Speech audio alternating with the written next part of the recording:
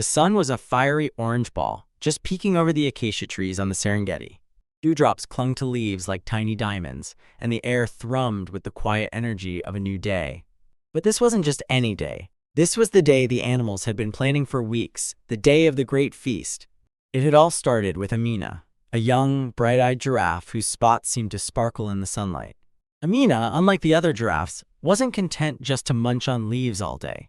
She loved to watch the world, the different animals going about their days, and wondered why they only talked in passing, never truly sharing time together. "Why can't we all enjoy something together?" she'd asked one day, her long neck craning towards the sky. No one had a good answer, but her question stuck like a burr in everyone's mind.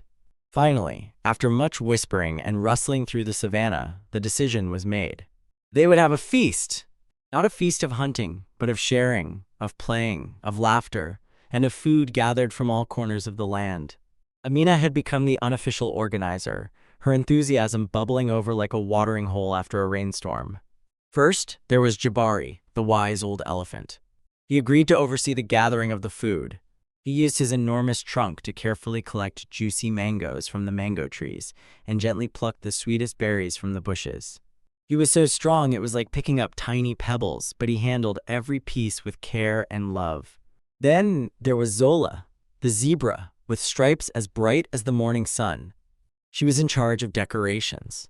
Zola wove colorful flower garlands, using vibrant hibiscus and delicate lilies. She had a knack for making even the simplest things look magical. She even managed to coax some bright feathers from the guinea fowls to add extra sparkle. Little Leo, the lion cub, volunteered to bring the music. His roars were still a bit wobbly, but he was learning to make them playful and melodic. He practiced all week, his little paws tapping on the ground, finding the rhythm that would make everyone want to dance. He'd even taught a few of the other cubs to hum along with him. Penelope, the pangolin who usually kept to herself, surprisingly offered to help with the setting up. She used her strong claws to dig little holes, creating spaces for each animal to be comfortable. She carefully smoothed the ground, making sure no one would trip while they were dancing. She was known for being quiet, but her actions spoke louder than words. Even the crotchety old crocodile, Cletus, decided to join in. He didn't offer to work, but he promised to keep a watchful eye on the watering hole, making sure no naughty hippos decided to splash the party. His grumbled agreement was met with grateful smiles and a few nervous chuckles. Finally, the day of the feast arrived. The animals gathered in a large clearing, the colors of Zola's decorations popping against the green grass.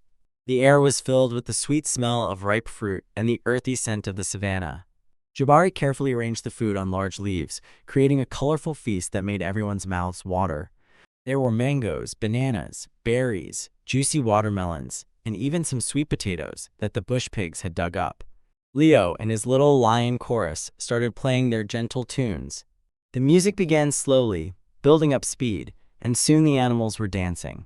Amina, her neck swaying gently, led the way with a graceful dance. Even the hippos, despite their size, managed some clumsy but enthusiastic steps. The zebras swirled, their stripes blurring into beautiful patterns.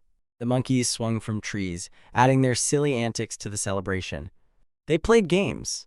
The hares had a race, the monkeys had a climbing competition, and they even tried a game of hide-and-seek with the slower tortoises, which was hilarious to watch. They laughed until their bellies ached.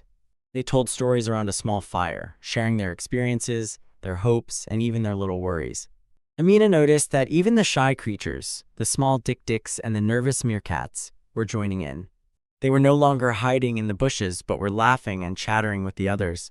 It was amazing how a simple plan for a feast had brought everyone together. She felt a warmth bloom in her chest, like the sun on a clear day. As the sun began to set, casting long shadows across the savannah, the animals gathered to enjoy the last of the feast. They were tired but happy. Each one felt a little bit different, a little bit closer to the others. Even Cletus the crocodile had a small smile on his face. He surprised everyone by saying, in his gravelly voice, "That wasn't so bad after all." And that was the most anyone had ever heard him say. Amina, her heart full of joy, looked around at her friends, all different, all unique, all together. She realized that the best thing about the feast wasn't the food or the music or the dancing. It was the feeling of friendship, the joy of sharing, and the comfort of knowing that even the most unlikely of creatures could come together and have fun. She knew this was just the beginning.